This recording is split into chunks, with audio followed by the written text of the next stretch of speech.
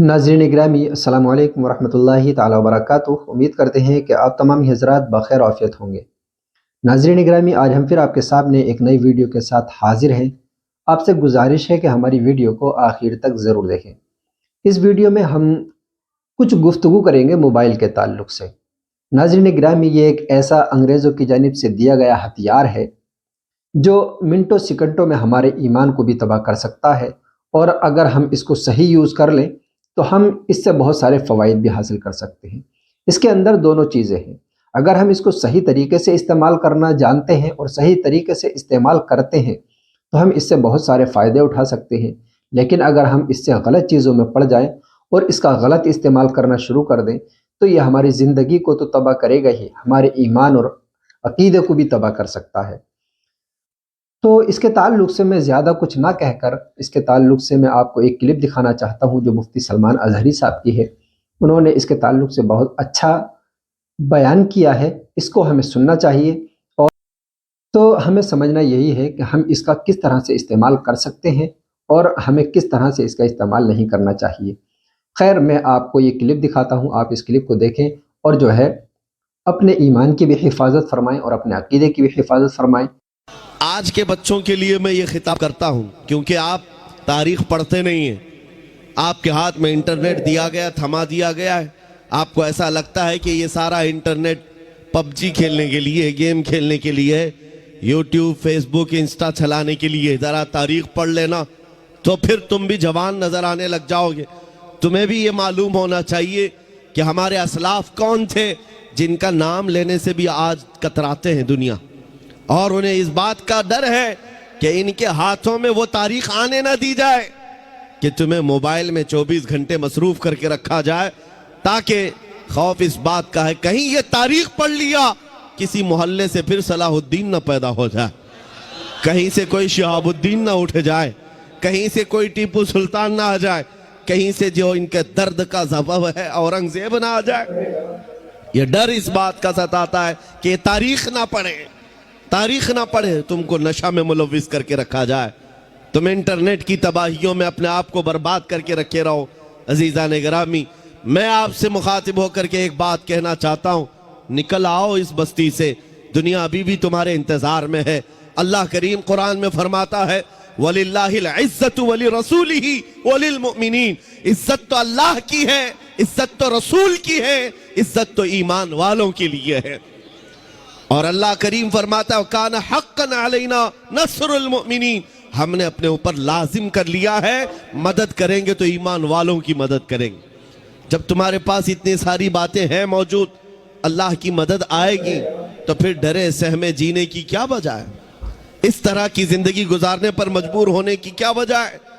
निकल आओ। और इज्जत जो आज बंदे, आज जो नौजवान मॉडर्निटी में ढूंढ रहे हैं, मॉडर्निज्म में ढूंढ रहे हैं, इनको ऐसा लगता है बॉलीवुड और हॉलीवुड के पीछे भागने पर स्टार बन जाएंगे, खाक स्टार बनेंगे।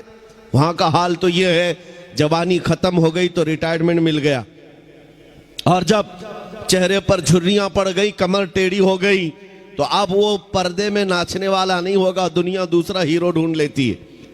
वहां बुढ़ापा आ गया तो उसे साइड बिठा दिया जाता है, सिर्फ और सिर्फ जवानी का गाजा चमकाता है और जवानी की खूबसूरती को लोग हा हा करते रहते हैं। लेकिन जैसे जवानी खत्म हो गई, इज्जत भी चली गई, ड्यूटी भी चली गई, रिटायरमेंट की एक मुश्किल जिंदगी गुजारनी पड़ती है।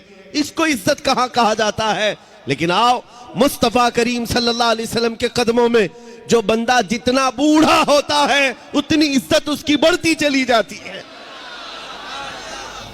क्या आपने, हो सकता है यहाँ वो आंखें होंगी जो हुजूर ताजुश शरिया को देखी होंगी, आला हज़रत अजीमुल बरकत के उस जानशीन को देखी हुई आंखें होंगी, 75 साल की उम्र में जो हुस्न जमाल लेकर के वो बिखेरने अपने मुरीदों के दरमियान आते।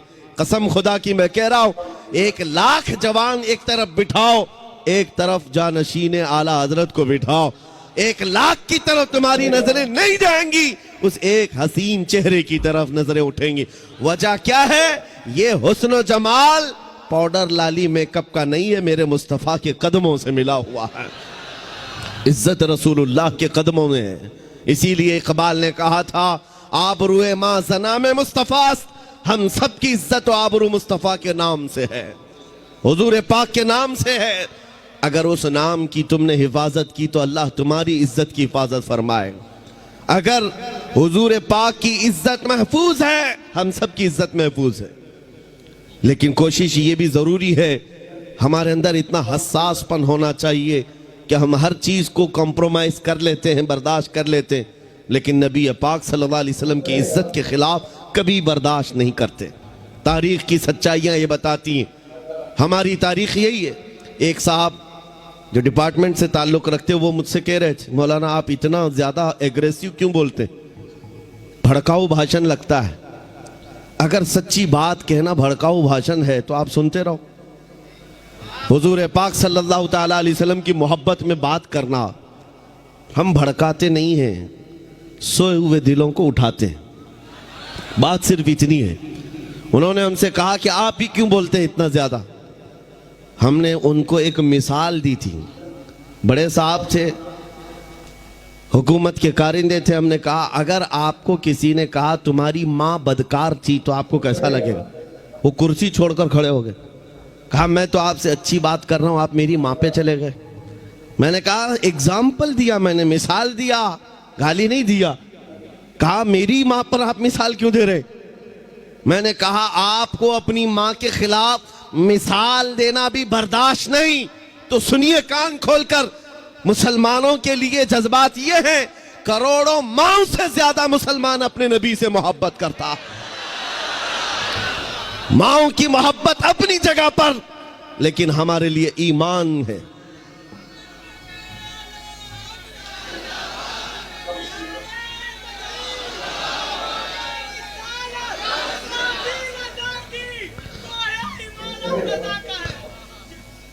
عزیزان گرامی، نبی کریم صلی اللہ تعالیٰ علیہ وسلم کے مقام و مرتبہ کا حال یہ ہے کہ وہ جان ایمان ہے۔ ہم سب کے لیے کیا ہے؟ جان ایمان ہے۔ اور اعلیٰ حضرت نے سچ کہا تھا، وہ جو نہ تھے تو اور وہ جو نہ ہو تو جان ہے وہ جہان کی، اور جان ہے تو ہاں، اگر جان ہی نہ باقی رہ جائے تو پھر اس جہان کو لے کے مطلب کیا؟ اس کائنات کا کرنا کیا ہے؟ پوری کائنات کی جان میرے مصطفیٰ کریم کی ذات ہے۔ اور صحابہ اکرام کی وہ مثالیں میں آپ کے سامنے رکھتا ہوں۔ عزیزان گرامی وقار، احد کے میدان میں شیطان نے ایک افواہ پھیلائی تھی کہ محمد الرسول اللہ صلی اللہ علیہ وسلم کا انتقال ہو گیا، حضور پاک کو شہید کر دیا گیا۔ یہ افواہ پھیلی، صحابہ کی محبت ایسی تھی کہ ان کے ہاتھوں سے تلواریں چھوٹ گئی، سب چھوٹ گئی، وہ جہاں تھے وہیں کھڑے رہ گئے۔ اس بنیاد پر کئی صحابہ کی شہادت ہوئی ہے، 70 صحابہ شہید ہوئے میدان احد میں۔ لیکن ان کے دل کے اندر کیا بات تھی؟ جب ان سے کہا جاتا اٹھو آگے بڑھو، تو وہ کہتے کہ جب اللہ کے رسول ہی نہیں ہے تو پھر جینے کا مطلب ہی کیا؟ اس کے بعد زندگی کسے کہا جاتا ہے؟ نبی پاک صلی اللہ تعالیٰ علیہ وسلم کے ساتھ ہم تھے۔ عزیزان گرامی وقار، وہ ہر شے میں مصطفیٰ کریم صلی اللہ علیہ وسلم کے جلوے دیکھتے تھے۔ آج امت کا حال یہ ہے کہ ہم محبت کے دعوے کرتے ہیں، لیکن ہماری آنکھیں آج بے حیا ہو گئیں، ہم کسی اور چیز کو دیکھ کر رات گزار رہے ہیں۔ آج ہمارے دلوں کے اندر نفسانیت غالب آنے لگ گئی۔ حضور کی محبت سب کے سینے میں موجود ہے، لیکن اسے میدان میں لے کر اتار کر دکھانا نہیں چاہتے۔ تمہیں داڑھیوں سے نفرت کیوں ہوتی ہے؟ تمہیں ٹوپیوں سے الجھن کیوں ہوتی ہے؟ تمہیں حضور کی سنتوں سے الجھن کس بات کی ہے؟ تم ڈرتے ہو کہ میں سیکولر بن کر کے گھوموں گا، میں ایک سیکولر آدمی بن کر کے رہوں گا، ماڈرن مجھے دنیا کہے۔ تمہیں اپنے چہرے پر حضور کی سنت پسند نہیں ہے تو پھر کس محبت کا دعویٰ کرتے ہو؟ یاد رکھو، اگر تم نبی پاک صلی اللہ علیہ وسلم کی سنت پر عمل نہیں کرو گے تو پھر کسی اور سے کس بات کی امید ہے؟ دوسروں سے کس بات کی امید ہے؟ آؤ اے نوجوانوں، یہ عزم کر کے اٹھو کہ انقلاب آئے گا تو ہمارے عمل سے آئے گا انشاءاللہ۔ تو ناظرین گرامی، یہ کلپ آپ نے دیکھی۔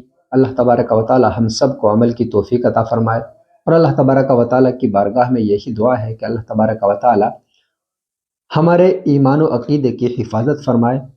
آمین۔ السلام علیکم ورحمۃ اللہ تعالی وبرکاتہ۔